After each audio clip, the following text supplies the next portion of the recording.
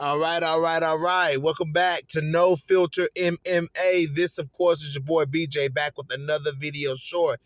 Guys, we got a potential fight coming up. I don't want to talk about when the fight is going to happen, supposedly, or anything like that, because Casey O'Neill recently tweeted that she is not fighting August 5th. This post says August 5th, but you know what I'm saying? It is what it is. It's not going to be August 5th, according to Casey O'Neill. But the point is, this is, Casey O'Neill posted recently on social media that she has a fight booked. She has a contract signed.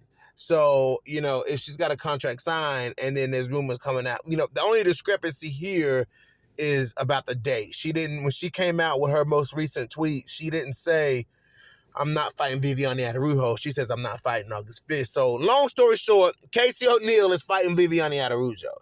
You know what I'm saying? So, you know, this is the type of fight that I was looking for her to have after losing to Jennifer Maia, because the UFC, as far as the UFC and as far as the flyweight division, Jennifer Maia is one of the top fighters in the division. So, I didn't expect Casey O'Neill to fall too far by losing to Jennifer Maia. So, a match against Viviane Araujo is the perfect fight. Araujo is just on a losing streak right now. I don't know, what's going on with Araujo, but I'm not here to talk about Araujo. I'm here to talk about O'Neill. This is a fight that Casey O'Neill for sure can win. You know what I'm saying? This is a fight where if Casey O'Neill does what it is that she does in fights, you know what I'm saying? But this time, not forget about her takedowns and not forget about her grappling, because Viviane Araujo may get, who knows how she's going to be, 2 minutes into the third round. We don't know what Araujo is going to be like 2 minutes into the second round. You know what I'm saying? So this is a fight where Casey O'Neill can utilize that pressure and that volume that she keeps on people. See, Jennifer Maia is too good on the feet to have failed for that.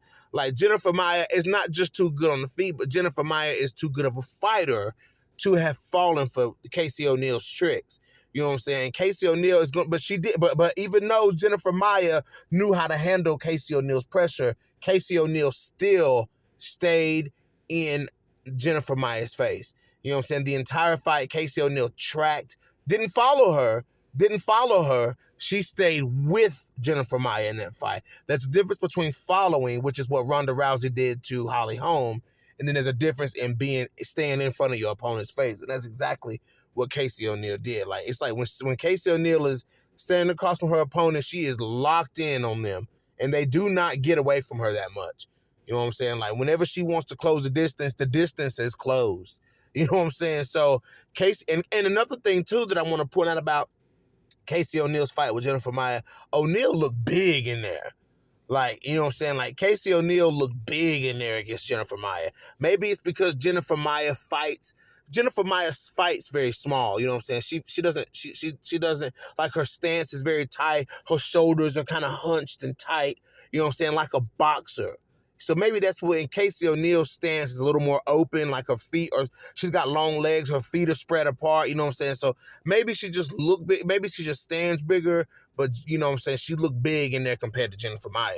You know what I'm saying? Also, you know what I'm saying, if Casey O'Neill, just what she normally does in a fight, goes in there, sticks those long punches in people's face, uses her jab, uses those 3-4 fight strike combinations, like ends them with head kicks, and if she can mix up takedowns in a fight with Viviane Araujo, she could really cause Araujo some problems in that damn cage.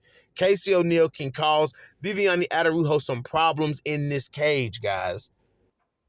And one thing too, you know what I'm saying, about Casey O'Neill, about Viviane Araujo for one, really don't know where her headspace is at. You know what I'm saying? Don't really know, you know what I'm saying, because she's been coming out in these last few fights that she's had, and she hasn't fought very confident. Like, Araujo hasn't fought very confident, and it's like, from where the flyweight division was at when Viviane Araujo first came into the UFC, the level of striking that she was at, like, it worked. You know what I'm saying? Like, she was able to outstrike girls like, you know what I'm saying, Alexis Davis. You know what I'm saying? She was able to outstrike girls like, well, she didn't outstrike Montana De La Rosa, but she was able to damage, you know, put a lot of pressure and damage on Montana De La Rosa, you know what I'm saying? Barely outstruck Montana De La Rosa, you know what I'm saying? So, you know, that's the thing. And, you know, then she's lost to Chukagian. And then, you know, to put insult to injury, she lost the decision to Amanda Ebos on the feet. Like, Amanda Ebos stood in front of Viviane Araujo and outclassed her. Like, it's simple as that. You know what I'm saying? Roxanne Modafferi was able to find a lot of success on Viviane Araujo. You know what I'm saying? So for me, when I flip the page to Casey O'Neill, you know what I'm saying? Casey O'Neill's going to bring that same type of pressure, you know, that same type of pressure that Ebos bought, you know what I'm saying? But I do think that Casey O'Neill does have more power than Amanda Ebos in her hands, you know what I'm saying? So I do think that Casey O'Neill will probably, you know, land with a little more conviction than Viviane Araujo, than Amanda Ebos or Roxanne Modafferi, like, you know, other people that Araujo has fought, you know what I'm saying? Like, you know, in those positions, you know, if Casey O'Neill can land a good, you know, she can pop you with a good shot. You know what I'm saying? And, you know, Araujo can be wobbled. We've seen her wobble many times. I don't think we've ever seen Casey O'Neill wobbled like that. But Viviane Araujo is very fast, very sharp at the beginning of the fight. Casey O'Neill, you know, very patient and methodical at the beginning of fights. You know what I'm saying? Very patient, very technical, long, straight jabs, 1-2s. You know what I'm saying? Like, you know, but sometimes Casey O'Neill can start a little slow.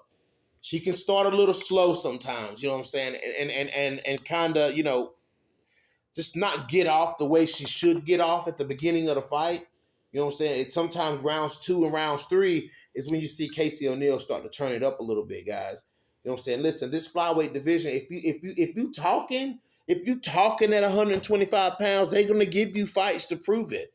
They're going to give you fights to prove it, to prove yourself at 125. You know what I'm saying? So I think this is a great matchup. We'll see how this shit turns out. Let's see when this fight's going to be. I'm pretty sure it's going to be Casey O'Neill versus Araujo, but we're going to see, guys. You see this? You see the text in the tweet? It says not yet signed.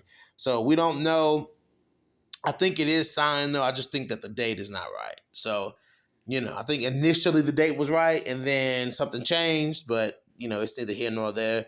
I'm looking forward to a great fight. You know what I'm saying? I'm hoping that I don't want to see Viviane Araujo gas. I never want to see a fighter gas. You know what I'm saying? I want to see Casey O'Neill convincingly beat Viviane Araujo. I get that Viviane has lost her last few fights. You know what I'm saying? But, you know, unfortunately, you know, Casey O'Neill could be in a much different and a much better mind. I know she's probably in a much better mindset than Viviane. You know what I'm saying? Because Viviane, to me, just hasn't risen to the occasion. You know what I'm saying? Casey O'Neill, on the other hand, you know what I'm saying, is gung-ho and ready to go. But let's see what happens, guys. Let's see how this shit plays out, and let's hope that this is actually the fight. This is your boy BJ back from No Filter MMA. Drop those comments in the comment section. Hit that like, hit that dislike if you haven't already. Hit that subscribe button. And your boy is out.